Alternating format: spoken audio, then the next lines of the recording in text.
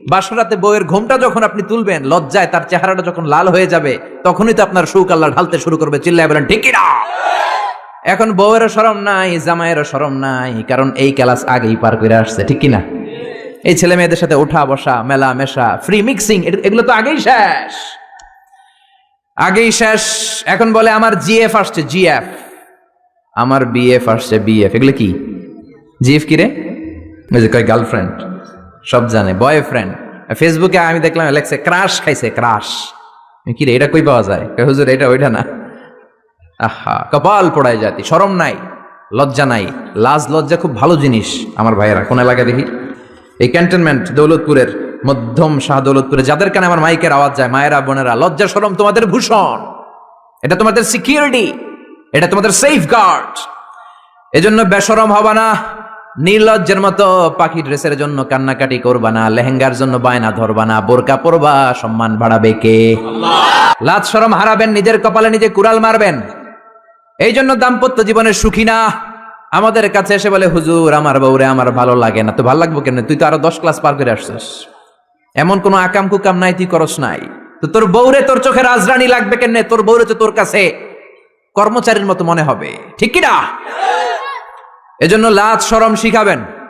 বাচ্চারে কোনোদিন প্যান্ট খুলতে বলবেন না মানুষের সামনে। বিশ্বনবী বললেন চাচা আমি খুলবো না। কি বললেন? চাচা আই ফিল শাই, আমার লজ্জা লাগে, আমি খুলবো না।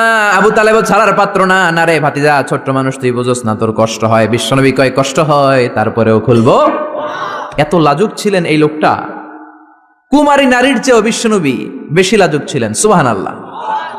এই জন্য নারীরা বিশ্বনবীর কাছে প্রশ্ন করতে আসতো না, লজ্জায়। বিশ্বনবীও লজ্জা পায়, নারীরাও লজ্জা পায়। প্রশ্ন হবে, উত্তর হবে। এই জন্য আল্লাহ বললেন নবী, সাহাবারা আপনার কাছে আসে, প্রশ্ন করে, দৈনন্দিন জীবনের জীবন ঘনিষ্ঠ বিষয়গুলো জেনে যায়, নারীরা আসতে পারে না।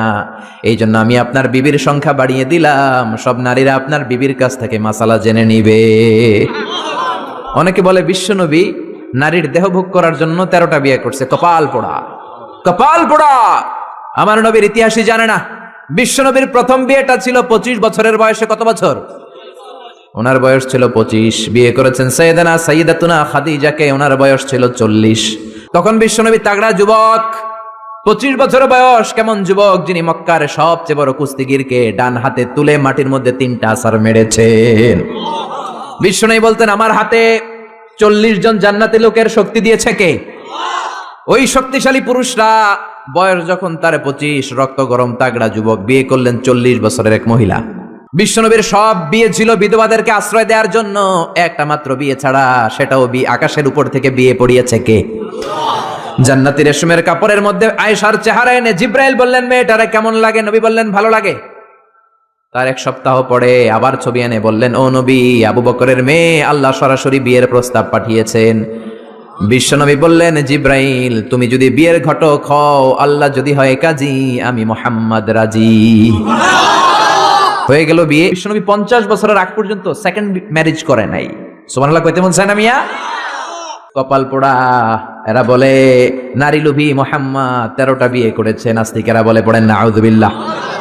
4টা কারণে বিশ্বনবীর এতগুলো বিয়ে হয়েছে। জোরে বলেন কয়টা? একটা হচ্ছে এডুকেশনাল কজ, একটা হচ্ছে লিগ্যাল কজ, একটা হচ্ছে সোশ্যাল কজ, আর একটা হচ্ছে পলিটিক্যাল কজ।